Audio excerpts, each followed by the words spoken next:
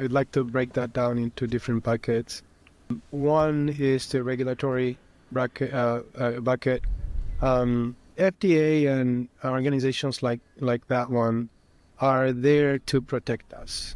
So if it's going to take too long, it's a slippery slope as well, right? So to the extent that at some point they're somehow delaying something that could be implemented prior, then it's a slippery slope, right? But they're to protect us, and they're doing a good job on that regard. Now, as far as the technologies go and the incorporation into the clinic, I mean, on the one hand, it's a slow process because there's no payers, right? So this is mostly coming out of pocket.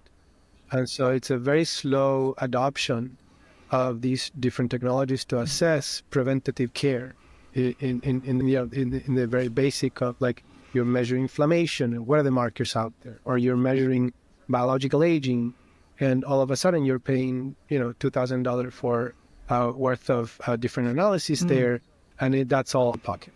So, there's different buckets there. It's obviously the one that relates to the adoption of different technologies that could be maybe not that expensive, and that different governmental agencies and healthcare systems will have to adopt. And the reason is they're behind, and we know they're behind, right? But there's so much pressure out there from clinical and private parties, right, that now are taking over. I mean, the best clinics probably in the world today are private. And so there's a whole shift there, and adoption of technologies is definitely a big theme. Yeah, no, that is true. There are many obstacles for us to overcome, but it is really exciting that we do have now some of these technologies. And let's dive into a little bit into the 1000 Immunomes Project and walk people through a little bit. You took 1,000 people basically 15 something years ago and took blood tests. Basically, Stanford has a wonderful hospital. You were able to get access to blood from 1,000 people. Can you walk us through the 1000 Project, how it was set up and what it was targeting? So what were the outcomes of that? Because that's just super exciting. Yeah. Thank you. The basic idea was to create the first multi-omics, and we didn't call at that time multi-omics. That's a newer term.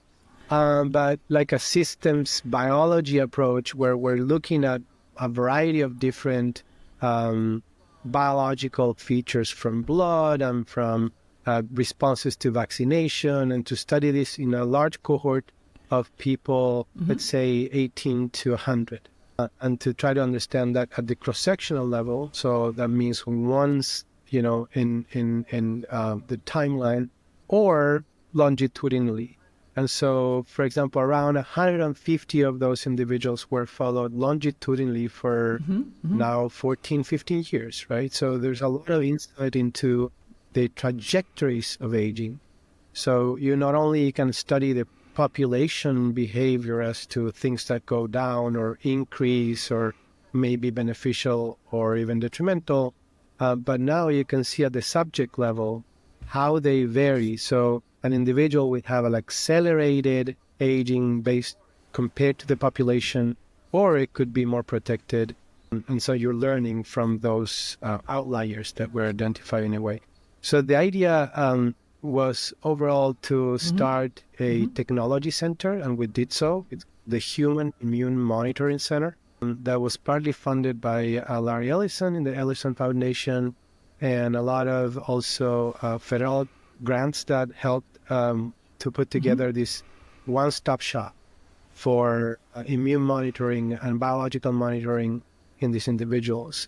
And that got pretty quickly adopted as a model and by other faculty members at Stanford and also outside of Stanford, where they started to create these facilities of different technologies that can monitor the biological changes that occur in diseases, or just Wow. longitudinally And you looking know, at aging. you say you take blood. What are you actually measuring in the blood? You know, is it thousands and thousands of molecules and proteins?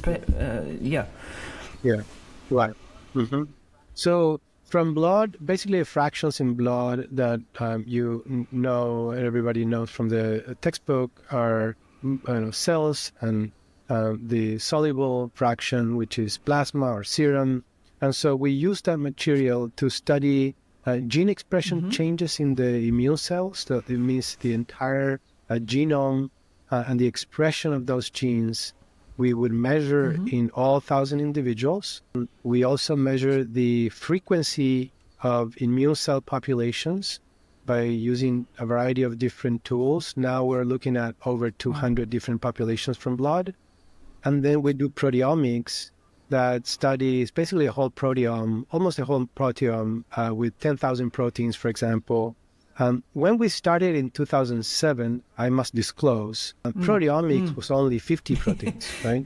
And very targeted that you would use. But the premise was exactly the same. You would study as much as you can using state-of-the-art technology, and then try and derive mechanisms and interventions for age-related you've come up with some really key proteins, and like you've developed the IH clock, or the inflammation age clock, and we know, like most of my listeners have heard of other clocks, you know, the Grimm age, the glycan age clock, True Diagnostic has epigenetic clocks, and so on and so forth. And this is another clock of aging, the inflammation age clock. Can you tell us, this is a little bit different though. Is this measuring proteins in the blood as opposed to, say, DNA methylation markers, which like I've used somewhat in the clinic, and I've for myself done some of the testing. Haven't found it to be too conclusive yet. Like what's the takeaways from it? I don't feel like we're quite there yet. Like we need time perhaps for the epigenetic clock. So why is the inflammation age clock different, the IH clock, different than those other clocks, so to speak? Yeah. So the main difference is that you're looking at soluble proteins in the plasma and serum, right?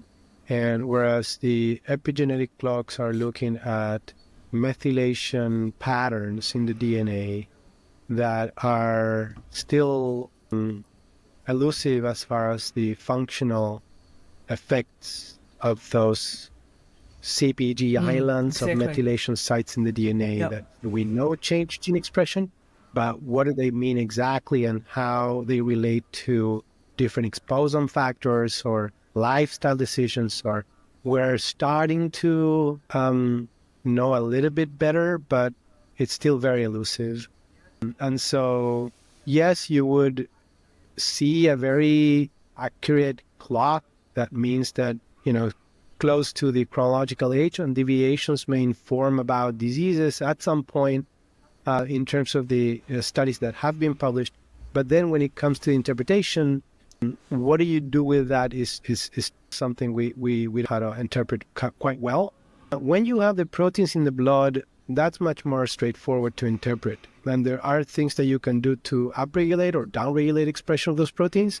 So say protein A is detrimental for cell senescence or for cardiovascular aging and so on. You could take action and try and download or downregulate the expression of these proteins.